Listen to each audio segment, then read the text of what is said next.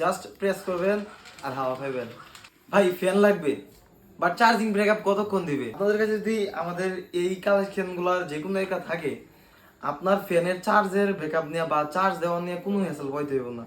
Just press করবেন আর হাওয়া খাইবেন। আশা করি বাচ্চারাও অনেক বেশি চয়েস করবে, যেহেতু এই জিনিসগুলোতে কার্টুন দেওয়া আছে, এখানে তরমুজ দেওয়া আছে, আপেল দেওয়া আছে, টমেটো দেওয়া আছে, মানে বিভিন্ন ধরনের ফল। এবং আপনার হাতের ব্যায়ামটা হইলো বাতাসও খেলেন, জোস না?